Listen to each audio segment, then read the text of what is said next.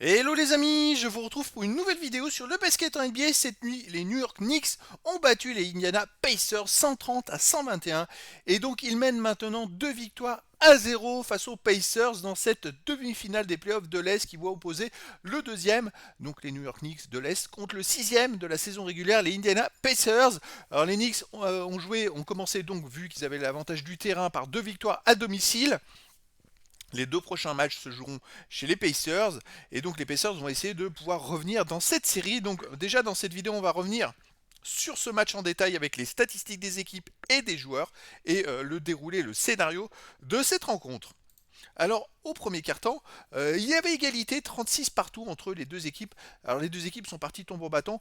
On peut quand même noter que les Knicks jouent les matchs à 7, ça c'est quand même important, avec Josh Hart qui a encore joué tout le match et des joueurs qui jouent énormément de temps.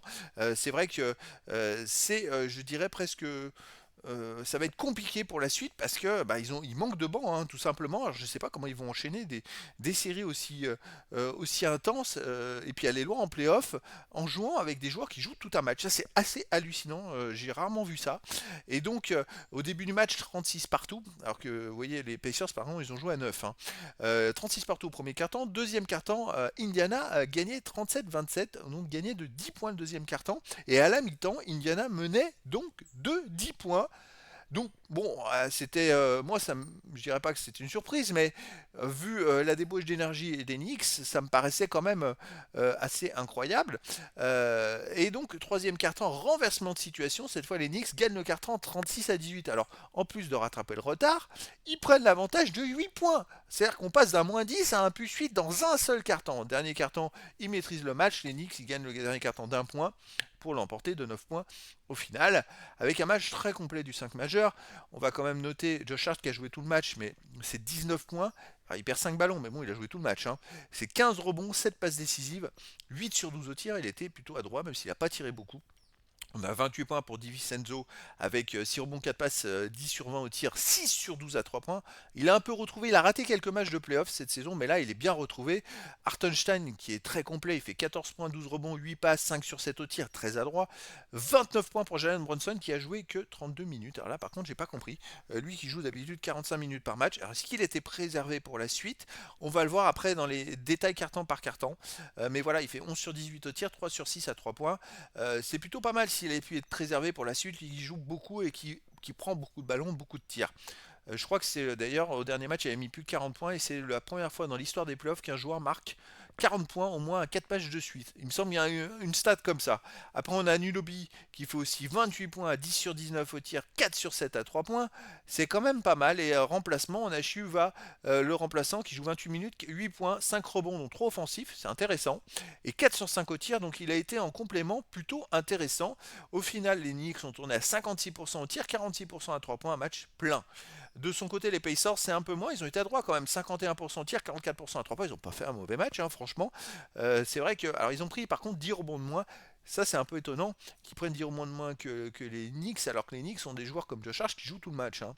Alors, côté des Pacers, on a Siakam qui fait 14 points, 9 rebonds, dont 5 offensifs, 7 sur 18 au tir, pas super à droit. Ali Burton qui fait un énorme match, il met 34 points, 9 passes, 6 rebonds, 3 interceptions. Il fait 11 sur 19 au tir, mais 7 sur 11 à 3 points. Il a été fantastique à 3 points. Ça n'a pas suffi, vous voyez. Après Nesmith et Turner, bon, Turner, il rate un peu son match, il met que 6 points, 7 rebonds à 3 sur 11 au tir. Lui qui a fait des fois, il est capable de marquer 35 points dans un match. Après Nembart qui fait 15 points à 7 sur 9 au tir, très adroit en sortie de banc. On a quand même McConnell qui fait 10 points, 12 passes, 4 rebonds à 5 sur 9 au tir. Topin qui fait encore un match fantastique et il sort de banc, il met 20 points, 7 sur 10 au tir, 2 sur 4 à 3 points en 19 minutes. Franchement, ce joueur, c'est une belle surprise. Je le découvre en playoff et franchement, il m'épate à tous les matchs. Il joue 20 minutes. Pourquoi il joue pas 40 minutes? Il est sur le terrain, il y a plus 9 quand même. McConnell aussi, et sur le terrain, il y a plus 10. Alors que les titulaires, ils ont un peu foiré leur match, on va dire. Alors, on va aller voir maintenant le premier carton. Alors, au premier quart-temps, c'est vrai qu'il y avait égalité, 76% d'adresse pour les Knicks, 50% à 3 points, 48% d'adresse pour les Pacers. Comment il peut y avoir égalité avec une équipe qui fait 76% au tir et l'autre 48%? C'est assez incroyable. C'est dingue comme situation. Je comprends pas comment ils ont pu faire 36 partout. Je suis en train de regarder les statistiques parce que je vois que les rebonds offensifs, bah, effectivement, ils en ont pris 6 les Pacers offensifs à 1. Donc ils ont eu des seconds tirs, des secondes chances, on va dire, au tir. Mais c'est assez dingue. Ils ont tiré quand même 6 fois de plus grâce à ces rebonds offensifs. Ils ont tiré 6 fois de plus que les Knicks. Et c'est vrai que côté des Knicks, on a 6 points, mais 4 ballons perdus pour Josh Hart. Il rate son début de match, hein. 3 sur 3 au tir, par contre 100%. On a 5 points pour Jalen Brunson qui fait 2 sur 2 tirs, 1 sur 1 3 points. 12 points, 3 rebonds, une passe pour Anunoby, 5 sur 8 tirs. Et voilà les joueurs qui sortent du lot. Côté des Pacers, on a 6 points, 3 rebonds offensifs pour Siakam avec 3 sur 5 au tir. 13 points, 4 rebonds, 2 passes pour Haliburton. 4 sur 8 au tir, 2 sur 4 à 3 points. Et sinon, en sortie de banc, Topin, comme d'habitude, il joue 6 minutes, il fait 3 sur 5 au tir, 1 sur 2 à 3 points, il met 10 points en 6 minutes. Et c'est vrai que bah, lui, moi je trouve c'est un joueur fantastique, hein. Franchement, en sortie de banc, il est assez incroyable.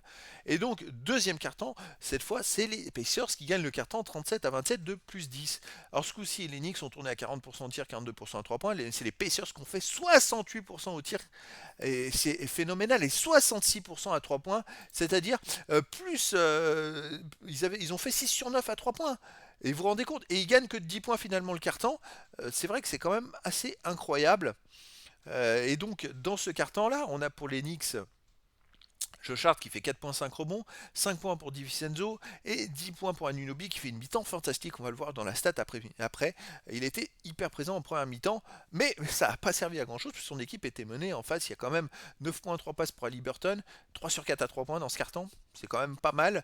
Il se réveille et puis les remplaçants sont fantastiques. On a McConnell qui fait 1 sur 2 au tir, qui met 2 points, 5 passes décisives, 1 rebond. Topin il fait 1 sur 3 à 3, 1 sur 1 à 3 points. Shepard il fait 3 sur 3 au tir, 2 sur 2 à 3 points, il met 8 points, 100%. Isaac Jackson 1 sur 1 au tir. C'est-à-dire que les remplaçants sur ce carton-là ont fait 3 sur 3 à 3 points. Et surtout, ils ont marqué quand même 6 paniers sur 7 tentatives. Et ça fait vraiment des grosses différences. Et c'est ce qui fait que les Pacers menaient à la mi-temps, donc de 10 points. Ils menaient 73 à 63 avec un gros score quand même, hein. Pourtant, les Knicks étaient menés de 10 points en faisant 58% au tir, 46% à 3 points. Ça, c'est extraordinaire d'être mené de 10 points en ayant une telle adresse. Côté des Pacers, c'est 57% au tir et 52% à 3 points. Une mi-temps fantastique avec 8 rebonds offensifs. Très peu de ballons perdus des deux côtés. 5 pour les Knicks, 4 pour Indiana. C'est un match propre côté des Knicks, on a quand même 10 points mais 5 ballons perdus. Là d'ailleurs, le seul qui a perdu des ballons, c'est Josh Hart en première mi-temps. Les autres joueurs n'ont pas perdu de ballon. Et il a joué les 24 premières minutes, il a mis 10 points et 8 rebonds. Il a joué toute la mi-temps. Et voilà ce que je vous disais sur Anunoby qui met 22 points, 8 sur 15 de tir, 3 sur 5 à 3 points. Les autres joueurs étaient un peu en dedans. Et Jalen Brunson, j'ai que 8 minutes en première mi-temps. Je vais revenir au deuxième quart-temps. Effectivement, Jalen Brunson n'a pas joué au deuxième quart-temps. Alors je me demande si c'était pas blessé. À mon avis, il s'est blessé à un moment du match et il n'a pas du tout joué dans le deuxième quart-temps. Et c'est assez étonnant, vraiment. Alors, comme par hasard, c'est le quart-temps qui perd de 10 points. Voilà. Et côté des Pacers, on a 10 points, 6 rebonds pour Siakam à 5 sur 8. Haliburton met 22 points, 5 passes, 4 rebonds avec 7 sur 12 au tir, 5 sur 8 à 3 points. Il fait une mi-temps fantastique. En sortie de banc, on a McConnell, hein, franchement, en 12 minutes, 4 points, 9 passes de rebond. Et Topin qui fait 13 points en 10 minutes de temps de jeu, 4 sur 6 au tir, 2 sur 3, 3 points. C'est très très bon. Et les Pacers mènent à la mi-temps et c'est plutôt mérité. Mais là, troisième quart-temps, eh ben, changement de situation. Les titulaires côté des Knicks jouent tout le quart-temps. Jalen Brunson, Hartenstein, DiVincenzo et Josh Hart ont joué les 12 minutes. Là, il fallait reprendre l'avantage et c'est vrai que les 4 ensemble, c'est assez costaud. Les Pacers sont passés complètement au travers de ce carton-là. Il y en a qu'un qui a surnagé, c'est Nembhard, le titulaire qui a mis 6 points à 3 sur 3 de tir, mais surtout celui qui a surnagé, c'est encore Topin. Il joue 6 minutes, il met 7 points à 3 sur 4 tirs, mais heureusement qu'il était là, parce que sinon dans ce carton, ils auraient pris 30 points de retard. C'est assez incroyable. Les autres joueurs n'étaient pas dedans. Alors les Pacers ont tourné à 33% au tir et 1 sur 7 à 3 points, 14%, alors que les Knicks ont fait du 66% au tir, 57% à 3 points. Ils ont maintenu le rythme de la première mi-temps d'être très adroits.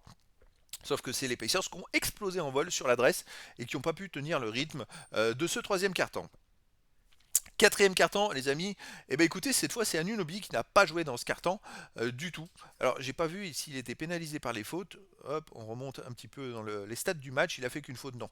Bon, ils ont fait tourner Anunoby, il n'a pas joué dans le quatrième carton, mais on a Brunson, Josh Hart et DiVincenzo qui ont joué, ces trois joueurs ont joué toute la deuxième mi-temps. Hartenstein a un peu sorti en fin de match, mais voilà, heureusement, parce que de toute façon ils vont pas tenir physiquement, sinon les Knicks ils ont fait quand même du 45% au tir, 40% à 3 points, alors que les Pacers ont fait 60% au au tir et 50% à 3 points, mais ils ne sont pas revenus, les Pacers, malgré cette adresse qui était un peu au-dessus. On peut noter 5 rebonds offensifs pour les Knicks à 2. Donc 3 possessions de balle en plus en attaque. Et DiVincenzo fait 2 sur 5 à 3 points avec 8 points. Bronson est présent, très présent pour tenir à la fin de match. Il est comme ça, franchement, il prend tous les ballons. Et puis comme il est super adroit, bah, il met 14 points, mais 5 sur 10 au tir. Mais voilà, il monopolise la balle et ça ralentit le jeu et ça perturbe les adversaires. Et surtout quand il marque, c'est épuisant pour des équipes adverses. Côté des Pacers, on a Liberton 10 points, 3 sur 5 au tir, 2 sur 3 3 points. Et en sortie de banc, 6 points pour McConnell avec 3 sur 3 au tir. Topin n'a joué que 2 minutes. Il faut vraiment expliquer pourquoi il joue si peu. Là, c'est assez incompréhensif. Et donc, en deuxième mi-temps, les amis, 67 à 48 pour les Knicks, plus 19. Une grosse deuxième mi-temps grâce à un troisième quart-temps monstrueux. Avec 3 joueurs qui ont joué toute la deuxième mi-temps, je charge DiVincenzo et Bronson. Et vraiment, bah, je charte c'est 9 points, 7 rebonds, 4 passes en deuxième mi-temps. Mais DiVincenzo était très bon, c'est 20 points, 7 sur 12 au tir, 4 sur 7 à 3 points. Bronson, c'est 24 points, 9 sur 16 au tir, 2 sur 5 à 3 points. C'est voilà, c'est des joueurs qui ont été très bons. Ils ont fait 55% au tir, 47% à 3 points. Ils gagnent la deuxième mi-temps très facilement et ils remportent le match. Côté des Pacers, on a 45% au tir, 33% à 3 points. À noter à Liberton, 12 points, 3 interceptions, 4 passes décisives, 2 rebonds, 4 sur 7 au tir, 2 sur 3 3 points. Grosse deuxième mi-temps. Sinon, Pascal Siakam, il fait 2 sur 10 à tir. Il rate complètement sa deuxième mi-temps. Là, 2 sur 10, c'est rédhibitoire. Il n'est pas dedans, je trouve, Siakam, cette saison. Le fait d'avoir changé de club, peut-être qu'il doit s'adapter. Mais voilà, Nembhard fait quand même 9 points, 4 sur 4 au tir, 1 sur 1 3 points.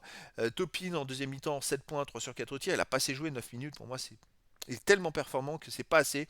C'est vrai que voilà, finalement les Pacers bah, ont craqué alors qu'on aurait pu penser que c'était les Knicks, surtout que Bronson il joue pas du tout au deuxième quart-temps, il joue toute la deuxième mi-temps. Je pense que s'il avait été blessé définitivement et qu'il n'avait pas joué la deuxième mi-temps, les Knicks n'auraient pas gagné contre les Pacers. En tout cas, finalement, au final, les Knicks bah, mènent maintenant 2 victoires à 0 dans cette série. Alors je dirais que c'est vrai qu'ils utilisent beaucoup de joueurs que je charte qui jouent 2 matchs de suite 48 minutes. À un moment il va être fatigué, mais en même temps s'il gagne les séries en 4 matchs, il jouera même en jouant 48 minutes par match, il jouera moins que des joueurs d'autres équipes qui vont aller en 6 ou 7 matchs. Donc finalement, le truc c'est la récupération. Peut-être que physiquement il est capable de tenir. C'est assez incroyable. Et maintenant c'est vrai qu'il y a beaucoup d'espace publicitaire, des temps morts, qui fait que je pense qu'ils arrivent à gérer grâce à ça les fatigues pour qu'ils sortent pas. On a quand même 3 joueurs de côté des Knicks, DiVincenzo, Hart et Bronson, qui ne sont pas sortis en deuxième mi-temps. Et grâce à ces 3 joueurs qui ont été fantastiques, bah, ils gagnent surtout le troisième quart-temps qui était monstrueux côté des Knicks. Donc jusqu'où vont aller les Knicks? Est-ce qu'à un moment ils vont fatiguer? En tout cas maintenant, bah, voilà, ils mènent 2 victoires à 0 face aux Pacers dans cette série. Et donc prochain match, 2 prochains matchs qui seront aux Pacers. On va voir si les Knicks peuvent confirmer ou si les Pacers peuvent revenir dans cette série. Voilà les amis, je vous dis à très bientôt pour une nouvelle vidéo.